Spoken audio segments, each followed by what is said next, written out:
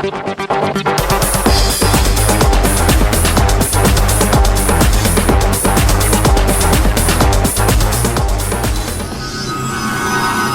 think you're right, man. I took another look at him. He does kind of look like JYP, actually, now that you mention it. And here is the player that looks sort of like JYP. Slayers, Yu-Gi-Oh!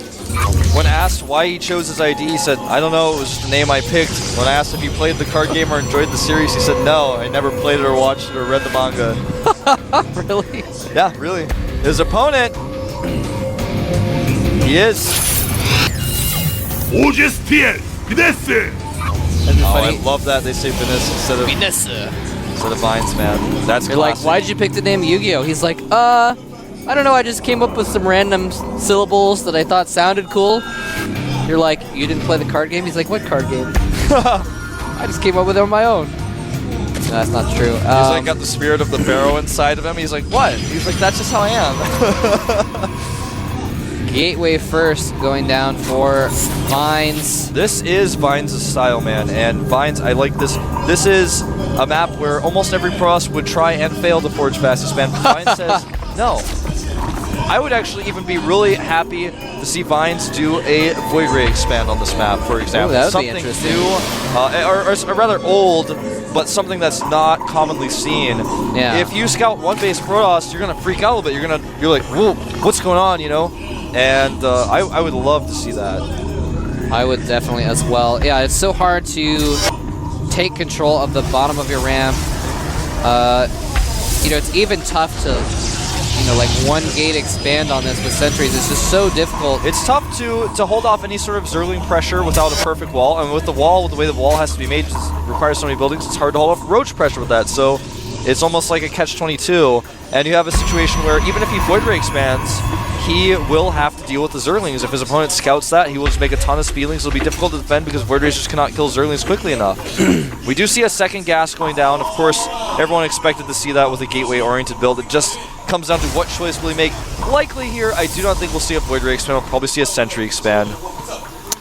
Yeah, he hasn't saved up the gas to put down a Stargate just yet. Well, we'll find out here pretty soon, but I think you're right.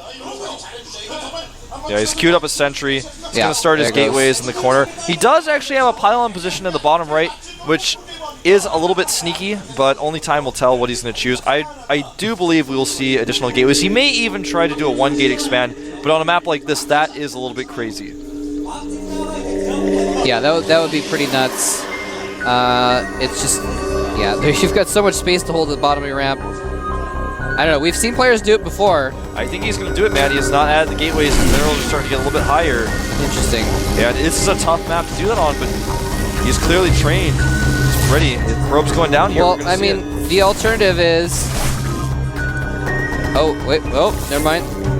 Is he actually going to get the Nexus before any pylons or anything at the bottom? He is going to put that Nexus down. I like that choice. Now, it's going to be extremely difficult to hold whatever his opponent does, whatever Yu-Gi-Oh wants to do here, he's going to struggle to hold it. I like that Yu-Gi-Oh's not actually committing to Zergling production right now. He's actually just continuing to drone. He doesn't have to make that Zergling round until he wants to. Yeah. Well, I mean, and it's interesting because, like, back when we would see more of these one-gate or usually three-gate expansion builds from Protosses against Zergs, that became, like, another thing that Zergs would then do to counter it is go for those early Zerglings, and we don't see that here this time, but that is a vulnerability of this build that I'm actually a little surprised that Yu-Gi-Oh isn't trying to take advantage of a little more. I think the reason why is because he knows that's what his opponent is going to expect. He's like, all right, well, I think you're trying to push your one-gate expand on me. You're trying to force something out of me here. I'm just going to let you do it. He has not made an additional Zergling, not even one.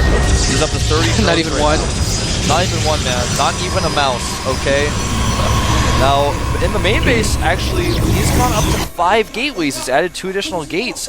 We may see a quick 6-gate timing, and to be quite frank, I don't blame Vines for doing a build like that on this particular map. Yeah. But no 6 gateways, only gone up to 5. The lair is going down. Still, only a few additional Zerglings. He's gone up to 9. The worker count, 37 drones and 31 probes. That's pretty good for Zerg right now with 4 more about to pop. He's also taking triple gases. I think we're going to see Mutilus play. Yeah, and that's, I think we probably could have said that before this game even started. Absolutely. I think we're going to see Mutalisks play on this map. It's very, very common.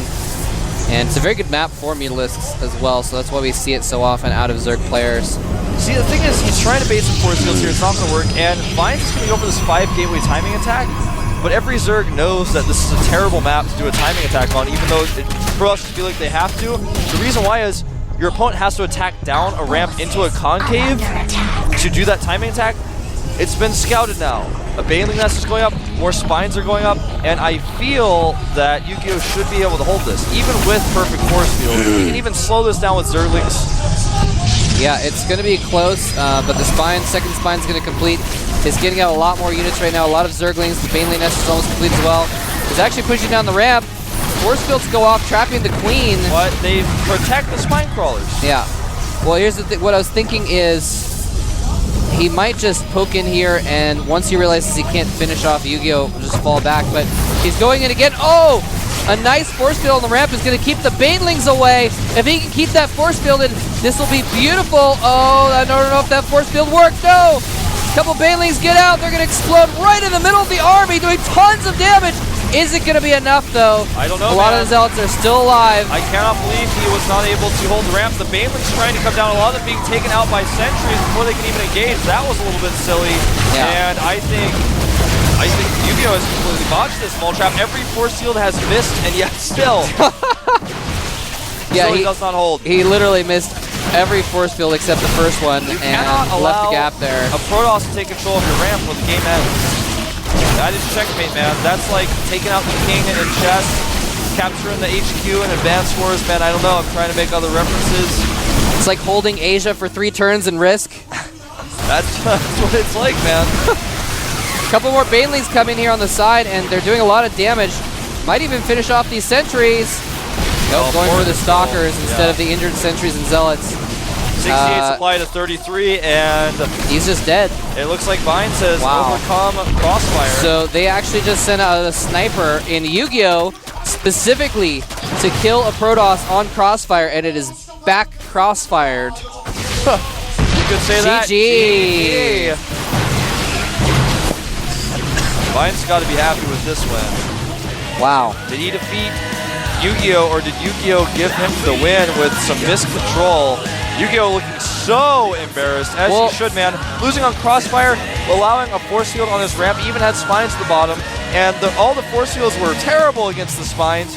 You should not allow the sentries to close that distance. He should have made even more spines because he saw the push coming long before it got there.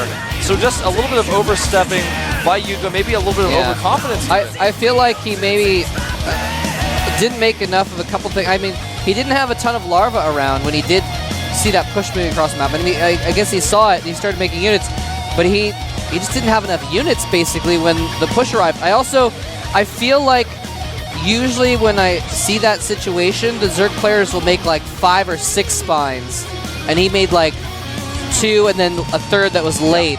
So usually the normal number is 4 to 5, and you put them in an arc at the bottom of the ramp. And in this case, he did not do that. His spines were late, and he had Zerglings out. The force fields were terrible.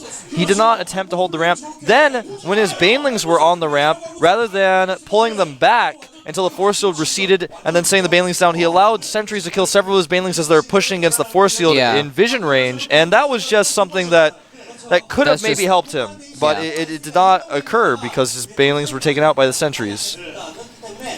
Pretty much. It was an embarrassing defeat. I have to say. I mean, the look on Yu-Gi-Oh's face was the look on anyone who lost in a similar fashion's face would look like. Pretty much. That's pretty much the definition of it there. Well, anyway, but yeah, so Slayers, they sent out their sniper here for this situation, and he just misplayed it there. He did. And I've got to kind of a little bit wonder, this is kind of on the side, I guess, but what's up with Yu-Gi-Oh, man? Because he didn't look that good in Code A either the other day. But who's Slayer's going to send out next? Will it be Min? I think it will be Min.